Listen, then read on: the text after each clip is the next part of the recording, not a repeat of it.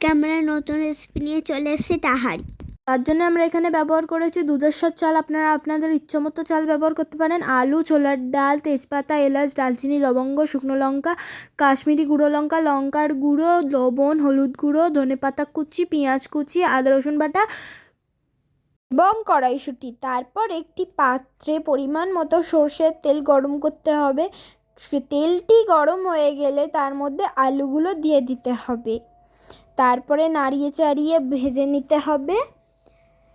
তারপরে কিছুক্ষণ ভাজার পর তার মধ্যে সামান্য জাফরান এবং স্বাদ মতো লবণ দিয়ে নাড়িয়ে চাড়িয়ে নিতে হবে।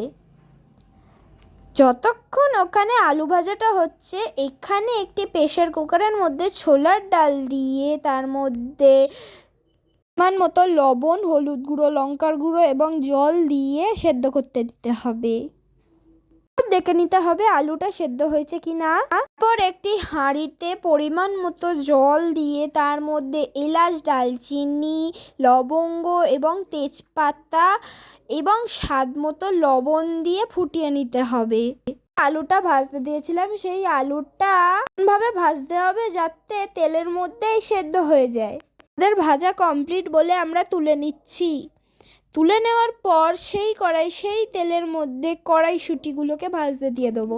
প্রথমে হাই ফ্লেমে দিয়ে কড়াইশুঁটিটাকে নাড়িয়ে চাড়িয়ে নিতে হবে, তারপরে লো ফ্লেমে দিতে হবে। আমাদের ডালটা সেদ্ধ হয়ে গেছে। তারপর যে কড়াইশুঁটিটা ভাজতে দিয়েছিলাম, সেই কড়াইশুঁটিটার মধ্যে কিছুটা স্বাদ মতো লবণ দিয়ে দিতে হবে।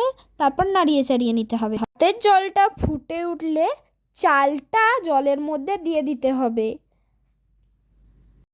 এদিকে শুঁটিটা সেদ্ধ হয়ে গেলে নামিয়ে নিতে হবে। তারপর একটি প্রেসার কুকারের মধ্যে নুন, হলুদ এবং জল দিয়ে মাংসটাকে সেদ্ধ বসিয়ে দিতে হবে। আমাদের এদিকে ভাতটা হয়ে গেছে। তো ডালটা ফুটে ওঠার পর 5-10 মিনিট রেখে নামিয়ে নিতে হবে। মাংসটার জন্য একটি কড়াইয়ের মধ্যে সর্ষের তেল গরম করতে দিলাম। তো গরম হয়ে যাওয়ার পর তার মধ্যে দালচিনি, শুকনো লঙ্কা, এলাচ এবং তেজপাতা দিয়ে ফোড়ন দিয়ে নিলাম। ফোড়ন দেওয়ার পর কুচনো পেঁয়াজটা দিয়ে দিলাম। এমনভাবে ভাজতে হবে যাতে পেঁয়াজটা লাল লাল ভাব চলে আসে এবং বাদামি কালার চলে আসে। নাড়িয়ে চাড়িয়ে নেওয়ার পর তার মধ্যে পরিমাণ মতো লবণ, হলুদ গুঁড়ো, গুঁড়ো লঙ্কা, কাশ্মীরি গুঁড়ো লঙ্কা দিয়ে নাড়িয়ে চাড়িয়ে নিতে হবে।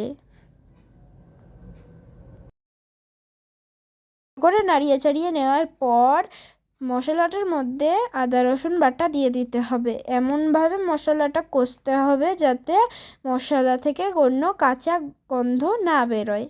আর যতক্ষণ না মশলার গা থেকে তেলটা ছাড়ছে ততক্ষণ মশলাটাকে কষতে হবে। তারপর সেদ্ধ করা মাংসটা মশলাটির মধ্যে দিয়ে দিলাম। মশলার মধ্যে দেওয়ার পর কিছুক্ষণ ভালোভাবে কষিয়ে নিতে হবে। তারপর পরিমাণ মতো জল দিয়ে ফুটে উঠলে ওপর দিয়ে গরম মশলা ছড়িয়ে নামিয়ে দিতে হবে। তারপর একটি পাত্রে মাংসটা ঢেলে দিতে হবে। তার ওপর দিয়ে আলুটাকেও ঢেলে দিতে হবে। আলুটা দেওয়ার পর ওপর দিয়ে ভাত দিয়ে দিতে হবে। এমনভাবে দিতে হবে যাতে মাংস আর আলুর লেয়ারটা ঢাকা পড়ে যায়।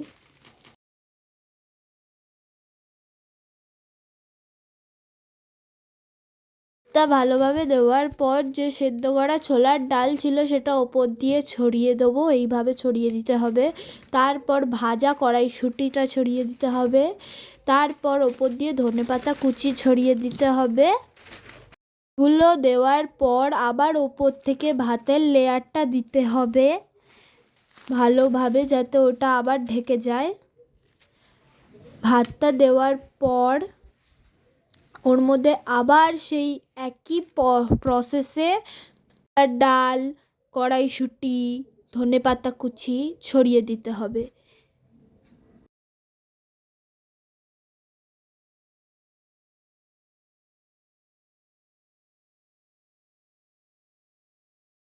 আপনারা দুটো লেয়ারেও করতে পারেন, আমরা যেমনভাবে করেছি এরকম লেয়ারেও করতে পারেন। তো সব কিছু দেওয়ার পর ওর মধ্যে বিরিয়ানি মশলা ছড়িয়ে দিতে হবে।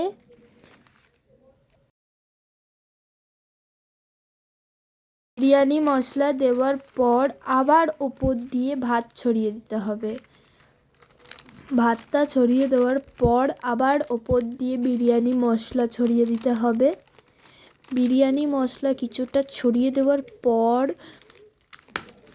দুধ আর জাফরানের যে মিশ্রণটা ছিল সেই মিশ্রণটা ওপর থেকে ভালোভাবে চারিদিকে ছড়িয়ে দিতে হবে।